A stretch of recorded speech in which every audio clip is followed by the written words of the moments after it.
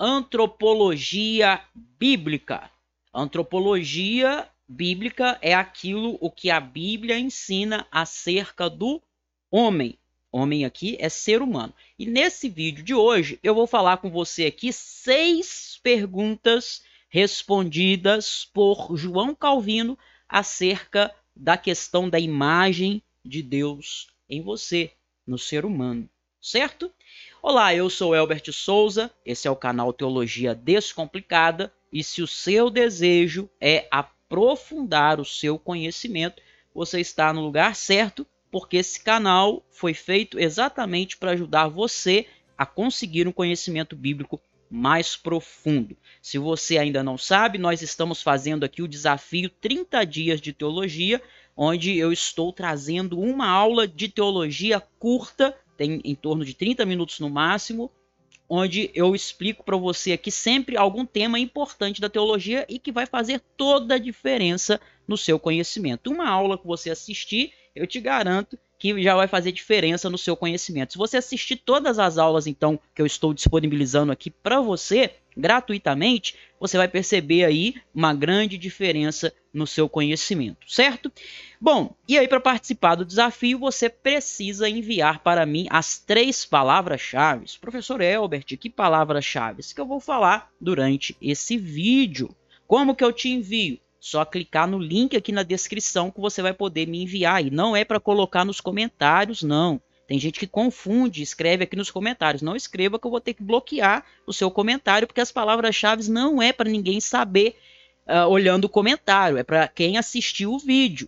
Se você colocar no comentário, a pessoa, mesmo que não assistiu o vídeo, vai saber as palavras-chave, tá bom? Então não faça isso, não coloque nos comentários. Você vai clicar aqui embaixo na descrição do vídeo, e aí tem um link onde você vai clicar e me enviar essas palavras-chave. Desse modo eu sei que você assistiu o vídeo até o final, sei que você está comprometido de fato com essa busca por um conhecimento mais profundo da palavra de Deus. Não quer ficar vivendo uma vida de conhecimento medíocre, certo? Então vem comigo, vou colocar aqui na tela para você. Não se esqueça, tá? De assinar o canal, ativar todas as notificações, de dar o seu like nesse vídeo, que assim você vai receber os próximos vídeos que eu vou colocar por aqui. Muito bem, tá aí para você então o que nós vamos tratar hoje aqui. Antropologia bíblica, não é? Ou seja, aquilo o que a Bíblia ensina sobre o ser humano. E como eu te disse lá no começo, ser humano aqui é aliás, né, o que a Bíblia diz sobre o homem. Como eu disse lá no começo, o homem aqui é o ser humano. Deixa eu só pegar aqui a ferramenta de destaque aqui, ó, onde dá para eu desenhar. Então, tá? Antropologia bíblica é a doutrina, é o estudo acerca do homem. E aí nesse vídeo eu vou falar para você 6 importantes perguntas sobre a imagem de Deus no homem. A Bíblia diz que Deus nos criou à sua imagem e semelhança, não é? E aí presta atenção aqui numa coisa que eu vou te falar. Imagem e semelhança são a mesma coisa. Quando a Bíblia diz que Deus nos criou à sua imagem e semelhança, não quer dizer que imagem é uma coisa, semelhança é outra, que o texto está dizendo 2 coisas diferentes. Não, é a mesma coisa. E eu gravei um vídeo onde eu falo só sobre isso, tá? E os versículos da Bíblia sobre imagem e semelhança e que não há diferença entre essas 2 coisas. Eu tenho um vídeo sobre isso. Ele vai estar aqui embaixo na descrição para você poder assistir. E também eu vou deixar no final desse vídeo, vai aparecer lá qualquer coisa, é só você clicar. Você vai conseguir ver o vídeo onde eu falo especificamente sobre essa questão aí da imago Dei, a imagem de Deus no homem. Então, quando eu falar que imagem de Deus, entenda imagem e semelhança, tá? Mesmo que eu não fale toda hora imagem e semelhança, estou falando de imagem de Deus, estou falando de imagem e semelhança. Bom, a gente vai falar aqui como João Calvino ele respondeu estas questões, tá? 6 questões que eu vou apresentar aqui para você e a resposta de João Calvino, que foi um reformador do século XVI, né, contemporâneo de Martinho Lutero, Martinho Lutero e João Calvino são os reformadores mais conhecidos, né? Tivemos muitos reformadores de enorme importância, mas com certeza eles são os mais conhecidos. João Calvino faz a reforma lá na Alemanha Martinho Lutero faz a reforma lá na Alemanha e João Calvino faz a reforma na França. Ele viveu aí entre 1509 e 1564, tá bem? Então, a gente vai ver aqui as questões e as respostas que Calvino trouxe a elas. A primeira palavra-chave é Calvino. Certo? Muito bem. Primeira pergunta. Onde situa-se a imagem de Deus no homem? Segundo Calvino, a imagem de Deus no homem é encontrada fundamentalmente, não é, essencialmente, na alma do homem, na substância imaterial. Eu lembro na escolinha dominical, quando era criança, e que às vezes alguém xingava o outro, você é burro. E a tia da escolinha dominical falava assim, não fala que ele é burro não, porque ele é imagem e semelhança de Deus. Se você estiver comparando ele com um burro, né? Você está comparando ele, você está falando que Deus então é como um burro, porque olha como que um burro é, não é? E olha como que ele é. Você acha que ele tem a aparência de um burro? Ele não tem a aparência de um burro, ele é imagem e semelhança de Deus. Mas Calvino vai dizer que a imagem e semelhança de Deus, quando a Bíblia fala que a nossa imagem e semelhança, que nós somos imagem e semelhança de Deus, essa imagem e semelhança está fundamentalmente na nossa alma e não no nosso aspecto físico, não é? Até mesmo porque, pessoal, olha aqui, uma coisa que poucas pessoas sabem, embora é algo assim, meio que óbvio, lógico, mas é uma verdade que a maioria dos cristãos nunca pensaram sobre ela e eu vou te informar aqui agora. É um ensino aí que a gente estuda numa matéria da teologia sistemática chamada teontologia, a doutrina do ser de Deus. Deus não tem forma física. Sabia disso? Ou seja, Deus não é redondo, Deus não é quadrado, Deus não é circular, Deus não é triangular, Deus não tem um formato como o nosso. Nosso corpo é tangível. Você tem uma silhueta. Quando você vê, por exemplo, a sua sombra projetada, aquilo ali é o seu corpo. Deus não é assim. Deus não tem formato humano, ao contrário do que muitos cristãos pensam. Deus, ele é invisível, não dá para você ver. Ele é impalpável, não dá para você tocar, porque ele não é matéria. E ele é intangível, ou seja, ele não tem formato, tá? Quando você pensa em Deus, eu penso que Deus é assim, ó, um quadrado. Eu penso que Deus é tipo um retângulo. Eu penso que Deus é como uma bola gigante. Não, Deus não tem forma. Qual que é a forma de Deus? Deus não tem forma. Então, quando a Bíblia diz que nós somos imagem e semelhança de Deus, ela não está focando no formato. Não é que a gente tem o formato de Deus. Deus não tem corpo humano e forma humana, portanto, alguém pode pensar, não é? Poxa, mas a Bíblia não fala sobre as mãos de Deus? Sim.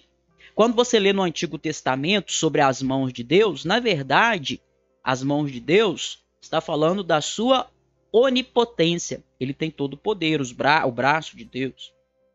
A Bíblia fala no Antigo Testamento sobre os pés de Deus, né? Está falando sobre os pés de Deus, quer dizer que Deus tem pé? Não. Está falando da sua onipresença. Ele está em todos os lugares ao mesmo tempo com a totalidade do seu ser. A Bíblia fala dos olhos de Deus, quer dizer que Deus tem olhos então como o nosso? Não. Quando fala dos olhos de Deus, está falando da sua onisciência. Por quê? Porque Deus não tem forma. Nem forma angelical, nem forma quadrada, nem forma redonda, nem forma triangular, nem forma humana. Deus não tem forma. O que tem forma são os ídolos. Deus não tem forma, não é?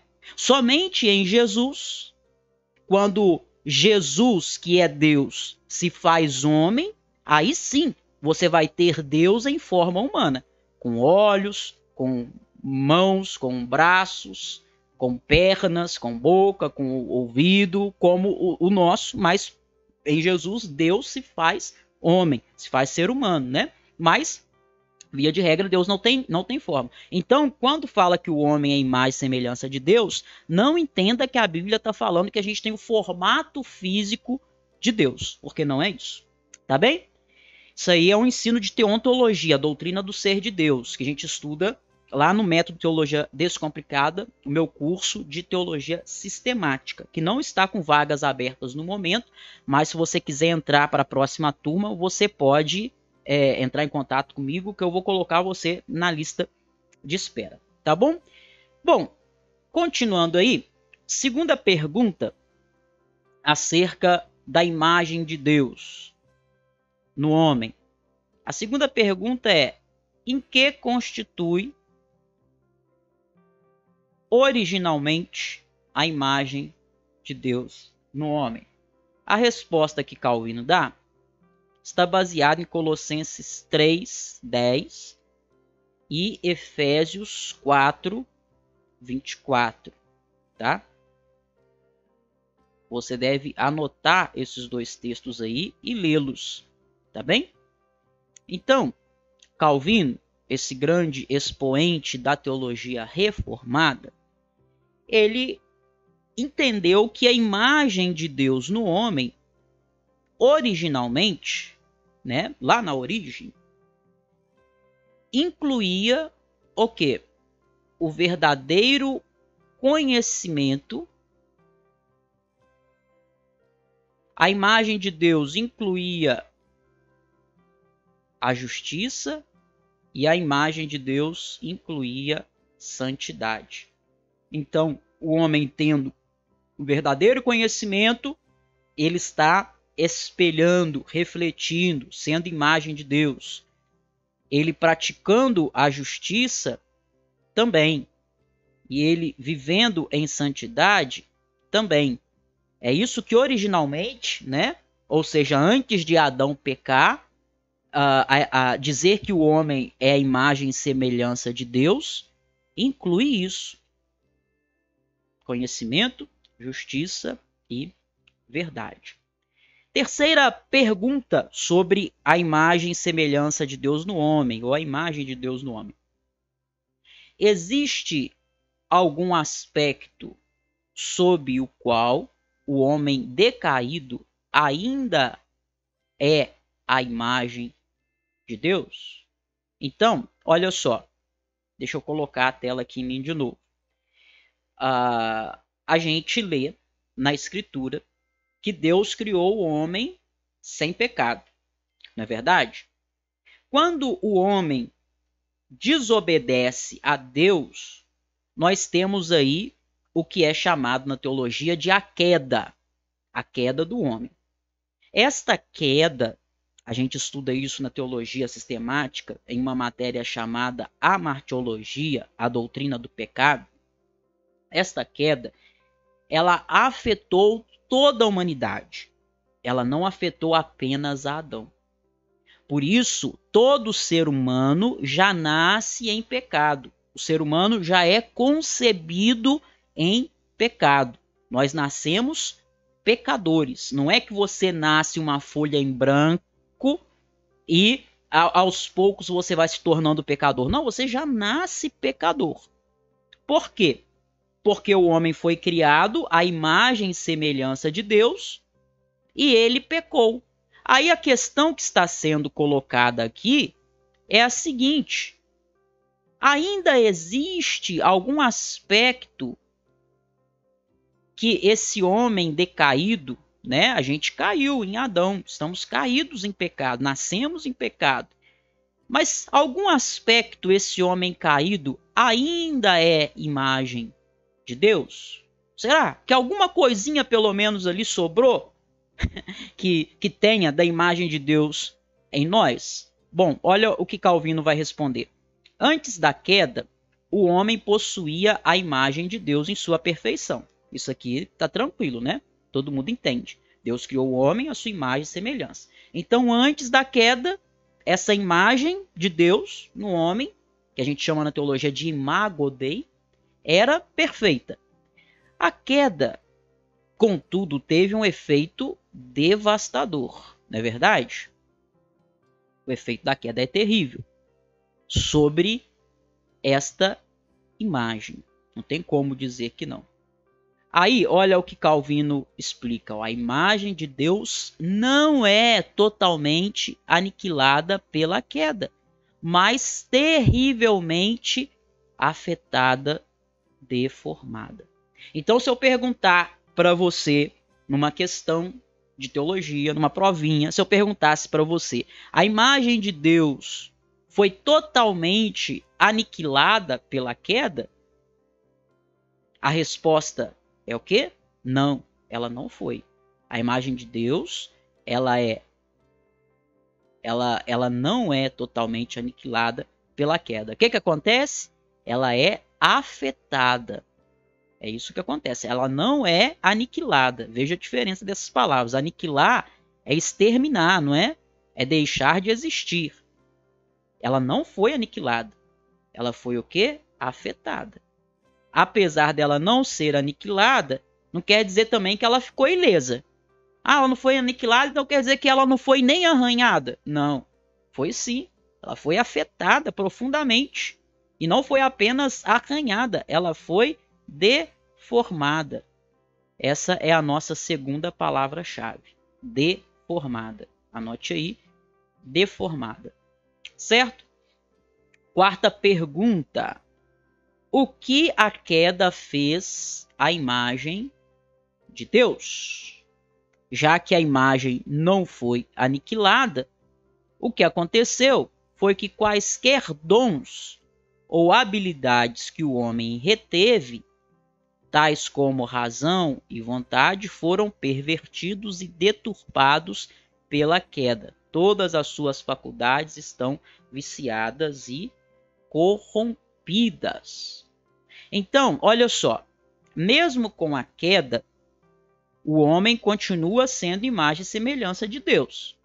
Tá? Ele não perdeu essa imagem e semelhança. Porém, o homem tem dons, não é? Deus deu dons ao homem. Deus deu habilidades ao homem. Dons e habilidades que, mesmo com a queda, o homem reteve, ele não perdeu. Por exemplo, razão, você é um ser racional, não é? Vontade, você tem vontade. O ser humano tem pensamento, né? Ou seja, razão. Tem sentimento. Eita, difícil fazer um S com esse mouse aqui, com a mão direita, eu desisto. Ó, finge que isso é um S. Ah, saiu. Pensamento, sentimento e volição, que é vontade, né? O homem tem essas três faculdades: pensamento, sentimento e vontade. Ele perdeu capacidade de pensar? Não. Ele perdeu a capacidade de sentir? Não. Ele perdeu a volição, a vontade? Não. Só que seu pensamento, sentimento e vontade foi pervertido, se tornou deturpado em função da queda. Todas as faculdades do homem estão viciadas e corrompidas. Então, o pensamento do homem, viciado e corrompido. Sentimento do homem, viciado e corrompido. Vontade humana, viciada e corrompida. Quinta pergunta, vem comigo, tá gostando? Comente aí. Como a imagem de Deus é renovada no homem? Olha que interessante. Há uma renovação dessa imagem, não é? Ela se desfigurou, não se perdeu, mas se desfigurou. Porém, o fim da história é esse? A gente fica com a imagem desfigurada? Não. Essa imagem ela pode ser renovada. Para Calvino, esta imagem é restaurada pela fé. Olha só. Quando você crê, começa na conversão. Então você que está me assistindo a esse vídeo aqui, se você não é convertido, converta-se ao Senhor. Se você é convertido, então saiba que quando você se converteu, ou quando Deus converteu você, o que aconteceu? Começa a restauração, a renovação dessa imagem de Deus. É a nossa conformação com a pessoa de Cristo. Então, quanto mais você se torna parecido com Cristo, mais a imagem de Deus é renovada em você. Por quê? Porque Cristo é a imagem perfeita de Deus. Cristo é o próprio Deus que se fez carne, como eu falei com você aqui mais cedo, não é? Então, quando Jesus ele se faz homem, ele vem como homem perfeito. Jesus foi o único homem que não nasceu com o pecado de Adão. Jesus foi o único homem depois de Adão que não foi afetado pela queda, pelo pecado original. Então, quando nós olhamos para Jesus, nós temos ali não somente Deus que ele é, mas nós temos também o homem perfeito. E aí, quanto mais parecido você se torna com Jesus, mais clara, evidente e restaurada a imagem de Deus se mostra em você. Isso é uma obra sua? É uma obra dos seus méritos e dos seus esforços? Não.